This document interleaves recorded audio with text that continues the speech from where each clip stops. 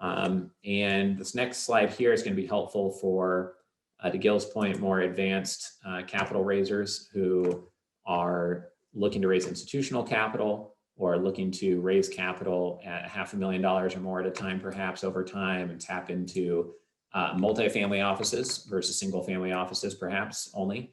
And the reason is that a multifamily office is different than a single family office because they are representing maybe 20, 50, or 100 clients. And if you win over a multifamily office, which usually takes a checklist process and more thorough institutional level of due diligence, usually just like a wealth management firm would have to put you through, then they might be able to allocate 10 investors or 30 investors into your deal. So you win over one chief investment officer, one CEO, one investment committee, and you might be able to raise $10 million to $50 million at a time. We have a family office club member I've known for 11 years. I've met them in person probably 30 times at our different events. And they are raising about $80 million a year right now.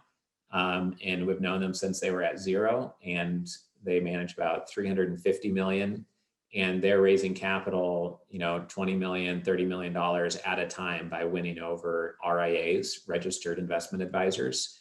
But the type of registered investment advisor is typically a high-end wealth advisor or a multifamily office. So even if you don't think you're going to be raising capital from insurance companies and pension funds and sovereign wealth funds that could write $50 million checks, if you have raised a few $1 million checks and you do want to go out and raise capital from wealth managers and multifamily offices, then having a master due diligence questionnaire can be something useful to have in place. In the welcome email materials, I believe it provided a due diligence questionnaire template that you would need to customize to your industry and your field, and customize to what your investors would be asking you. But the point of having a master due diligence questionnaire is that when you go out to investors who might allocate $3, $5, $10 million or more, they typically will have a due diligence questionnaire sent to you. Where a private investor, it'll be ad hoc, it'll be questions over a phone, over email, et cetera. Well, if you're doing due diligence on hundreds of things per year, it's not efficient to do it over a phone call and over emails, et cetera. And so the efficiency of the process here is that the wealth manager says, oh, you want to get an allocation from us? Okay, well, here's our 40 questions. Answer all these 40 questions, and then come back to us. Well, the thing is, you go to wealth manager number 2, and they have only 28 questions, but 10 of them are different.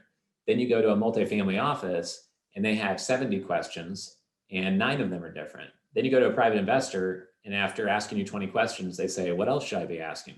So the point of having a master due diligence questionnaire is you take the most thorough one you've ever done, or use our template, answer the questions with accuracy and being transparent and citing sources or pointing out what was learned and sharing bios or examples or transparent views of a screenshot on a computer or a compliance approved track record from a previous employer, et cetera.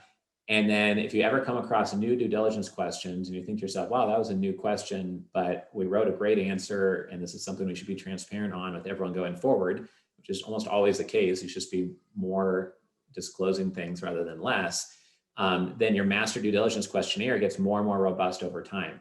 And do you really need to have one of these? Do you have to have one of these? Well, no, but because most people raising capital from single family offices and private investors do not have one of these, you'll have a marked advantage at no cost to you except for your own time by putting one together.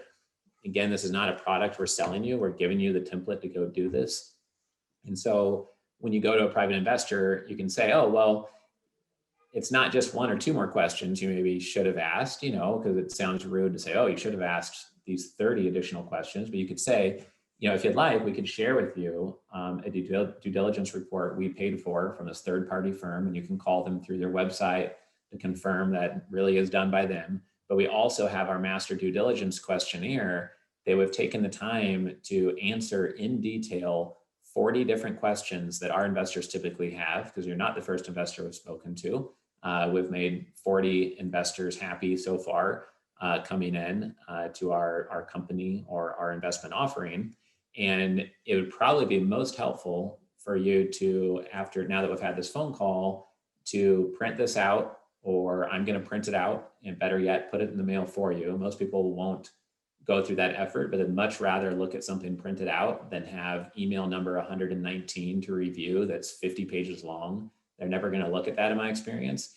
But if you print it out with a little cover letter and you have the due diligence report in there with the master DDQ, then they will see that your firm has taken a serious job of having them get to know you, not just through a pitch deck and a one-page teaser, but through the due diligence report and the master due diligence questionnaire. And it's going to be easier for them to get comfortable with who you are and your transparent nature than someone else they might allocate capital to. And they're going to go to that other person and say, and if they ask, what is this? You should say, oh, well, this helps you get answers to questions you have and questions you are going to have later and questions you might not have thought of, but have been asked many times before. And really, this is something that you should be asking for from any investment that you're looking at. We would recommend or suggest that that's the case. And now what you've done is tilted the scales towards you a bit, because they're going to go to the other two investments that they have been considering and ask them, do you have a due diligence questionnaire or a master due diligence questionnaire? And they're going to say no. Do you have a third-party due diligence report? And they're going to say no. I literally don't even know of one firm that manages or has raised less than $200 million that has both of those things in place. And it would cost you less than $5,000 to have both of these things in place. So I would definitely recommend that this be one of the action items that you have moving forward.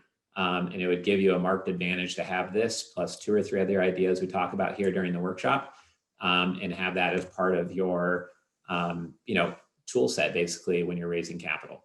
We have several comments in the chat.